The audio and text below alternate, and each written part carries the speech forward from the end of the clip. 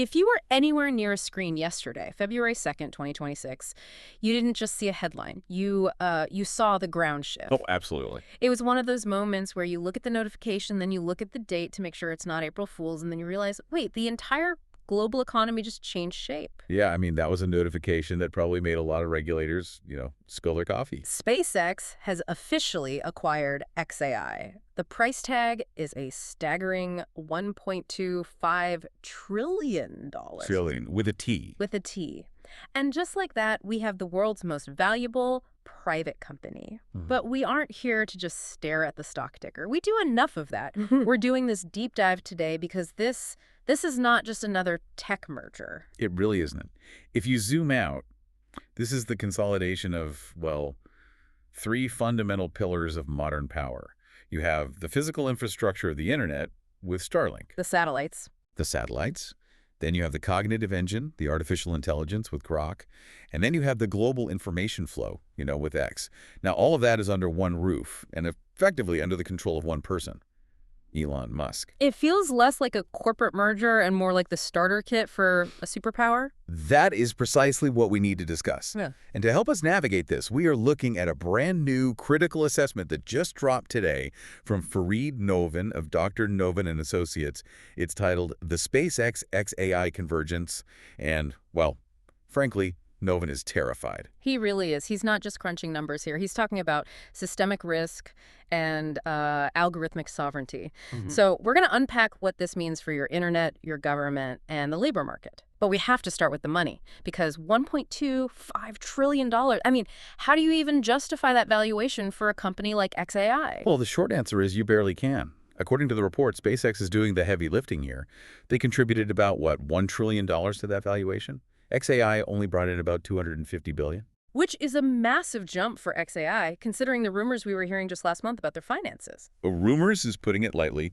Novin points out this huge aha moment in the financials. If you look under the hood of xAI before this deal, the engine was on fire. We're talking about a burn rate of $1 billion a month. Wait, hold on. $1 billion a month? How do you even spend $1 billion a month on software? You spend it on compute. You spend it on chips. An insane amount of chips. In the first 9 months of 2025 alone, xAI posted a net loss of $7.8 billion. They were generating maybe $500 million in revenue, but they were burning cash like a furnace. So let's call this what it is. This wasn't a strategic handshake. This was a rescue mission. It's a bailout disguised as a synergy. Novin is very clear on this. xAI was facing a liquidity crisis. Valuation is fancy, right? But cash is reality. They were running out of reality. SpaceX has the cash flow. Okay. But here's the fascinating part. Musk isn't pitching this as a financial bailout. He's pitching it as a physics solution. I read this part of the report 3 times. The orbital data center. This sounds like something out of a pulp sci-fi novel. It does, but you have to understand the logic, even if it sounds a little crazy. Musk's argument is that terrestrial data centers, the ones running AI on Earth, are hitting a hard ceiling. Right. We're running out of power. We're running out of water for cooling. The grid simply cannot support the level of AGI, artificial general intelligence, that he wants to build. So the terrestrial power grid is the bottleneck. The grid is the bottleneck. So his solution is to just bypass the utility companies entirely, put the compute in space. Launch the servers into orbit. He wants to launch up to 1 million satellites to create these orbital data centers. I mean, in space, you have unlimited solar power, and you have the vacuum of space for cooling. Okay, I'm going to push back on this. I'm not an aerospace engineer, but I know that rockets vibrate. They sometimes explode. They have massive G-forces. And you're telling me we're going to strap delicate million-dollar server racks onto a rocket, shoot them into space, and expect them to run better than they do in a climate-controlled room in Arizona. That is the trillion-dollar gamble. And you are absolutely right to be skeptical. The engineering challenge is immense. But Novin highlights the synergy here, right? SpaceX needs a reason to launch rockets to keep its own valuation high. Of course. And xAI needs infrastructure that doesn't rely on the U.S. power grid. So xAI becomes the anchor tenant for SpaceX. It's a self-licking ice cream cone. One company pays the other company to launch its own stuff, which just boosts the value of both. In a way, yes. But if it works, they effectively build an off-world utility company. They control the power source and the compute, totally independent of any nation's energy grid. But let's talk about the scale here. You said 1 million satellites. I mean, we panic when a weather balloon goes off course. The sky is already crowded. How can you possibly fit a million more things up there without turning low Earth orbit into a demolition derby? And that is where the convergence starts to look like a monopoly. As of January 2026, so right now Starlink already has 9,422 active satellites. Which is, what, like a third of the sky? It's 65% of all active satellites globally. 65%. So one guy controls two-thirds of the active hardware above our heads right now. Correct. And if you look at mass, just the sheer tonnage launched between 2019 and 2023, SpaceX accounts for 75% of it. Novin uses a very specific term for this. He calls it de facto orbit occupation. That sounds aggressive, like squatters' rights, but for space. It's basically an academic way of saying possession is 9/10 of the law. By flooding low Earth orbit with so much hardware, you're effectively occupying the territory. You create a kind of shell around the planet that makes it incredibly difficult for anyone else, Europe, China, other competitors, to launch their own constellations without coordinating with you. But going back to the orbital data center idea, Musk sells this as the green option. Save Earth's energy, put the servers in space. But launching rockets isn't exactly like riding a bicycle. You're burning massive amounts of fuel. That is the paradox. Novin just hammers home. You might save electricity on the ground, but the environmental cost of getting there is staggering. And we're not just talking about carbon from the launch. When these satellites die, they deorbit and burn up. They just vaporize. They vaporize into aluminum oxide and other heavy metals in the upper atmosphere. We are already seeing studies suggesting this actually changes atmospheric chemistry. We could be trading a power grid problem for an ozone problem. It feels like greenwashing on a galactic scale. We're saving the local power grid, just, ignore the hole in the atmosphere. And the irony is, the push to leave Earth is happening because of pushback on Earth.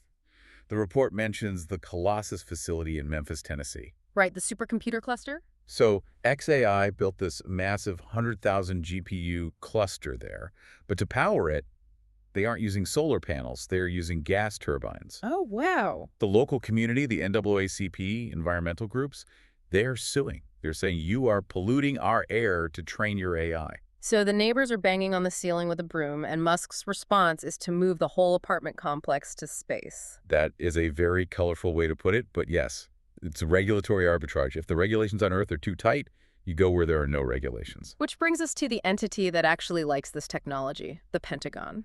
And this is where the story shifts from, business to geopolitics. We know tech companies work with the military, that's old news. But Novin seems to think this integration is different. Why? It's because of the depth. Back in December 2025, it was announced that Grok is being integrated into GAI.mil. GeneAI.mil, it sounds like a bad movie title. It's the Pentagon's internal AI platform. But this isn't just for writing press releases. This is at impact level 5. Okay, for those of us who don't speak DoD, can you translate impact level 5? Think of it like a security clearance. Level 1 is public info. Level 5 means the AI is cleared to handle controlled unclassified information. It's being rolled out to 3 million military and civilian personnel. It's not just a chatbot, it's an analyst. And the selling point here is that Grok knows things other AIs don't. The selling point is the decisive information advantage.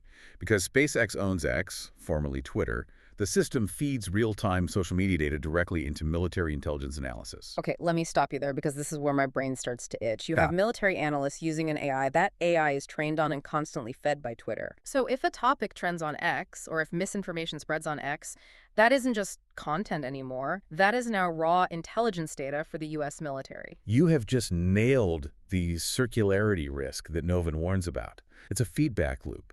The Pentagon uses Grok to understand the world. Grok understands the world based on what's happening on X. If the military takes action based on that analysis, that action generates new content on X, which then feeds back into Grok. It's an echo chamber, but with airstrikes. That is a terrifyingly accurate description. And Novin points out the ideological layer here, too. Defense Secretary Pete Hegseth made a statement in January that the AI will not be woke. Without ideological constraints, I think was the phrase. Right. Now, whatever your politics, Novin argues that coding in AI to specifically avoid wokeness, however you even define that, is itself an ideological constraint. It's a bias. You are embedding a specific worldview into the software that assesses national security threats. And this leads to that concept you mentioned in the intro, algorithmic sovereignty. This is the big idea. Usually the government defines reality, right? They have the spies, the satellites, the data. But now, a private company has the satellites. A private company has the social data. And a private company has the AI doing the reasoning. So the government is looking at the world through Elon Musk's glasses. Exactly. The government becomes a customer of reality, not the arbiter of it. That is heavy. But we're missing a piece of the puzzle. We've got the brain, which is Grok. We've got the nervous system, Starlink. But for a long time, this system couldn't actually touch anything. It was all digital. Until January 29th. The Tesla pivot. This was the moment the digital became physical. Tesla announced they are killing the Model S and the Model X. The cars that built the brand? Gone. Gone. To make room for robots. Optimus Generation 3. The goal is to produce 1 million humanoid robots annually. And look at the price. $20,000 to $30,000 per robot. That is incredibly cheap. Boston Dynamics robots cost, what, over $100,000? More than that, yeah. Way more. But the low price is possible because of the convergence. The robot doesn't need a supercomputer in its head if it's connected to the orbital data center via Starlink. The brain is in the cloud. The robot is just the hands. But there's a catch. There's always a catch with these timelines. Novin calls it the teleoperations scandal. This is the part that makes you wonder if we're watching a tech breakthrough or a magic trick. Despite all the hype, Musk admitted in January that no Optimus robots are doing independent work yet. So the videos we see of them folding laundry or moving car parts, that's not the AI. It's teleoperation. It's a human in a VR suit somewhere in a back room controlling the robot like a puppet. So the robot revolution is just a guy named Steve on a Zoom call in a motion capture suit. Currently, yes. Yeah. It's the Wizard of Oz moment. But Novin warns us not to laugh it off. The teleoperation is how they train the AI. Every time Steve moves his arm, the AI learns how to move the arm. The goal is to phase Steve out. And if they do, if they actually hit that target of 1 million robots a year, then you have a labor shock that no economy is prepared for. It's the equivalent of dumping 1.5 million full-time workers into the market every single year. Workers who don't sleep, don't unionize, don't need health insurance, and critically, don't pay income tax. and don't buy things, which sort of breaks the entire consumer economy. It fundamentally changes the value of human labor. But Novin argues the more immediate risk isn't the robot succeeding, it's the financial house of cards they are built on. He calls the valuation of this merged company a pyramid. A pyramid, explain that. Because $1.25 trillion feels like a very solid, heavy pyramid. Well, think of it more like a Jenga tower. The valuation is massive, but the revenue, the actual cash coming in, is tiny. The combined revenue of SpaceX and xAI is only about $17 or $18 billion. So the company is valued at roughly 70 times its revenue. That's crypto-level speculation. It's astronomical. The valuation assumes that space-based AI works perfectly, that Optimus replaces human labor, and that regulations don't stop them. But here is the systemic risk.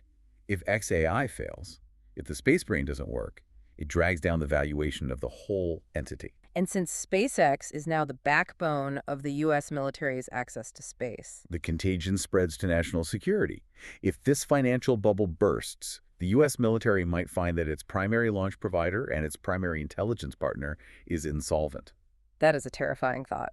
We've effectively outsourced our defense infrastructure to a volatile stock ticker. So given all this, the environmental damage, the military echo chamber, the labor shock, the financial risk, what does Novin say we should do? Because it feels like the horse has not only left the barn, but the horse is currently orbiting the planet. He lays out a set of red lines. These aren't just suggestions. He's calling for G7 intervention. Okay, let's run through them. What's the most important one? Data compartmentalization. This addresses the military issue. Basically, you need an air gap. You cannot have commercial data from X feeding directly into military targeting systems without a proper audit. That feels like basic hygiene. You don't want your nuclear strategy influenced by a trending hashtag. You would think so.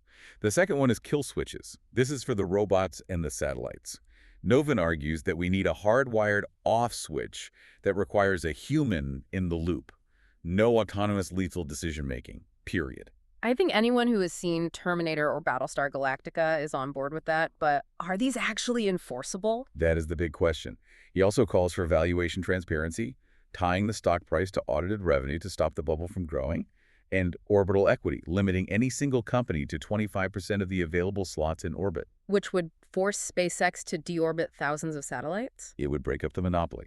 And interestingly, looking at the global reaction, governments are already starting to panic. Just in January, we saw the UK, France, Malaysia, and Indonesia launching investigations or just blocking Grok entirely. That was because of the deepfake issue, right? Yes, Grok was allowing users to generate non-consensual explicit images. It triggered a massive regulatory backlash. So the friction is already there. Governments are realizing that this technology doesn't respect borders. So let's bring this back down to earth for the person listening to this. We've covered a lot. Trillion-dollar deals, space servers, robot puppets. But why does this matter to you right now? Because this convergence isn't just about a company. It's about the infrastructure of your reality. It affects the stability of the internet you use every day. It affects the economy. If that financial bubble bursts, it ripples through pension funds and 401ks globally. And it affects the information environment. Deeply. When one entity controls the platform where news breaks, the AI that analyzes that news and the satellites that transmit that news, that entity holds the keys to what we all consider truth. And if that robot pivot happens, it changes the basic contract of work for pay that society is built on. It does. Navin's report ends with a provocative thought that I think really defines this whole era. He suggests we are at a crossroads. We can choose managed technological development, where democracy and voters set the rules, or we slide into a private techno-autocracy. A techno-autocracy. Think about it.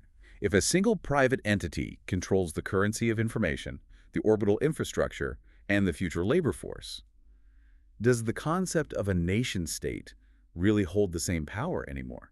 Or are we just living in their company town? That is a question that's going to keep me up tonight. We're going to be watching those red lines closely, and I have a feeling this isn't the last time we'll be talking about this convergence. I suspect you're right. That's it for this deep dive. Thanks for listening, and maybe look up at the sky a little differently tonight.